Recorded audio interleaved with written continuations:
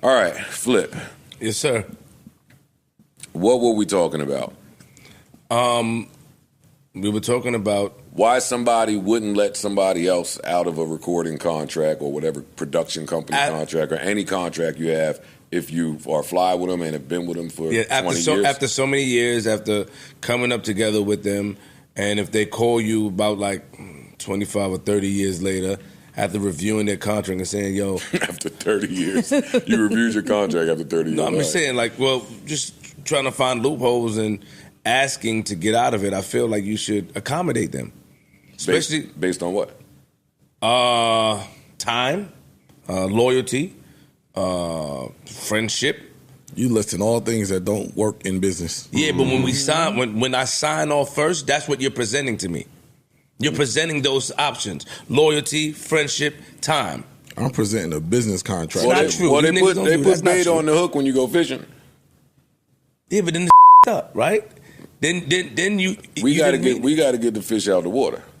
Smoke and mirrors a lot, Joe. It's a lot of smoke and mirrors. That's the music business. And use love, and this is why the new age content creators or new age artists is winning, because there's no more morals and principles, and even if you try to implement them, negate them. They forget about it. I forget about all that. If I was going through something, if I was signed to you for a long time, I would want to call you years later if something could happen for me. If I can make another move, I would want to call yo, Joe, listen. It's been a long time, bro. So I'm gonna let you do me go. a favor. Can you let me go? I'm gonna let you go and watch you make another move. Let me ask Why wouldn't you? Let me ask you a question. You're making the move yourself. Why would I do that? Flip. Flip. Yes. So I let you out of the contract. Yes. So I can go feed my family. So you can go feed your family. Yes. And I'm taking money out of my family's mouth.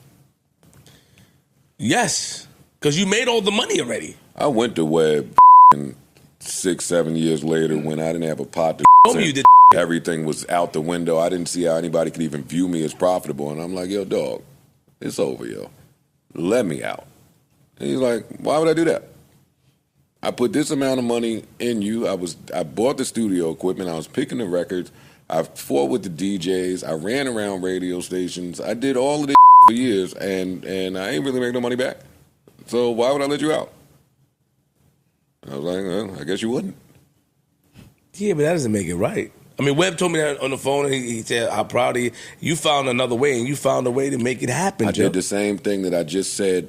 The blueprint was laid out before us. The people that I see make it happen, they did it outside of music. But what if, okay, so then what you're saying. If I were to stay in music, I owe who I owe. I owe some now musically. I probably owe some Slaughterhouse albums. I probably owe Empire album. I did my publishing deal. Oh, it's finished now. Salute. But 20 years in the pub deal. I got people that was fly that I met up there. Shout out to Jessica Rivera, all the people that was working in that building. Hey, y'all have made all the money, or at least give me some money, or let's just end this so I could go really feed my family. No. You know what bothers me a little bit? I get it. But it seems like somebody who was so headstrong, once you got in position, you end up conforming to the same rules that was implemented that we were against. I'm one of the only ones that don't conform. I say that all the time. What I mean by conforming, example, yes, you do. The example is me. I don't sign off my rights. I don't sign off my likeness. I don't just willingly relinquish I'm not things. talking about that, Joe. That's what I'm probably saying the wrong thing. What I mean conform is that you're now speaking from the other side of the table. That's what I mean. I don't mean conform. You're speaking from the other side of the table, which is like, why would I let you out? But when you were the artist, when you were going through that, you would hope that a Webb and Nitty would say, yo, all right, because I love you, because we gave you these promises, I'm going to let you out. You would hope that. You keep kind of making that point. You did it a little bit earlier. I'm continue to highlight the difference is if you are complicit in the system, then that's on you. Okay, yeah. I, from year 3 or 4, was trying to find a way out of this to never return. Because it wasn't acting in your favor. I was unhappy. I know. I was unhappy. It's not what I wanted to do. I wanted to bet on me at all times. I understand. If I had an album, I wanted to be able to just drop my album. I didn't want nobody telling me, hey, you can't do this, you can't do that. We control you. I didn't want that. It don't Some feel people good. want that. What I've learned, and I've said this before in this podcast, is most of the people that I'm preaching to, the good fight of independence and a union and unity and the power in numbers, they want to be in the situations that they in. They don't want that. It's a safety, it's a comfortability. It's more risk involved. Bro, it's a safety and comfortability in getting a check every week. It is. Facts.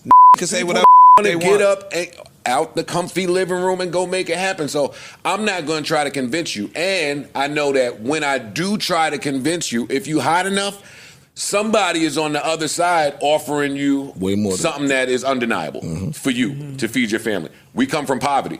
So I could be telling you, hey, from experience, hey, do it yourself, do it yourself, do it yourself. Get out the mud. If somebody else come and say, yo, here go $1 million right now. Here go $2 million. Here go $5-10 million. Yo, I'm not gonna be mad at nobody for making the best decision for them. But I also understand how the game is played now that I was a part of it, fell victim to it, fought my way out of it, and now watch from afar. What if you're in a production deal, right? And then every deal you try to go get. What if you're in a production deal and then, I guess I'm saying it right, and if you try to go get a new deal, the people that have you in a deal from a long time ago is still eating off of you and eating a big chunk. No. Fam, no, I invested in you. You wouldn't be able to get that production deal. You invested in me years ago, and you made that money back, and you made more than that. That's not what a production deal is. I'm saying, am I saying the wrong thing? No. I'm saying if you're in a production deal, then that's what you are agreeing to. You're naming. A production deal is we're going to build you and carry along with whatever deal you go get popping because we're the production deal. We're not a label. If you sign to a label, you can't go sign to another label. True. We're the production company. We're going to develop you, build you up, make you a star for the label and for the brands to come. What if you no longer have a hand in making me a star? What if you no longer have a hand There's in no that? Such thing as that when I made you the star. Joe, you understand what I'm saying? But I'm responding to you. Yeah, you're right. Okay. I made you the star. I'm agreeing with you. But I get the other side. I get it too. Yo, listen to this, right? Let's just say, hypothetically. Yeah. If Jay-Z signed Rihanna to a 360, you can't become Rihanna that owns Fenty, which is $1 billion brand. Yes. If I never had Umbrella. I'm with you understand what I'm saying? I'm with you on that, so indirectly, that person is still responsible for all of your ongoing successes, because if I never put you in front of the spotlight before, then you never become this. Hey, what's up, y'all? I want to thank y'all so much for tapping into my channel. I appreciate y'all so much. I think I do show y'all that was Joe Budden from Joe Budden Podcast. And what he was speaking about was something that is very, very important. Especially in the music industry. He was speaking about record deal contracts. When you sign a record deal, it's so important that you read the contract and also get yourself your own lawyer. What these record labels, what they want to do is that they want to provide you with their own lawyer. And that way, they can scam you and make you sign a contract that is not favorable towards you.